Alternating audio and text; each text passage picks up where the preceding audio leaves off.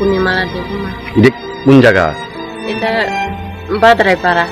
তো আপনারা ঘর পাইছেন সরকারি? না পাইছি না। কোন ঘরে থাকেন?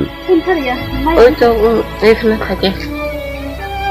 তো এডিসির কারোর সঙ্গে কথা হয়েছে নি যে ঘর টর পাইছেন না? যে এটা তো মেম্বার প্রধানের লগে এটা কইছে, তবু পাইছি না।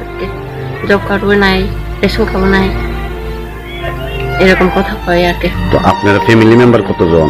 কতজন পরিবারের সদস্য কতজন? 4 জন।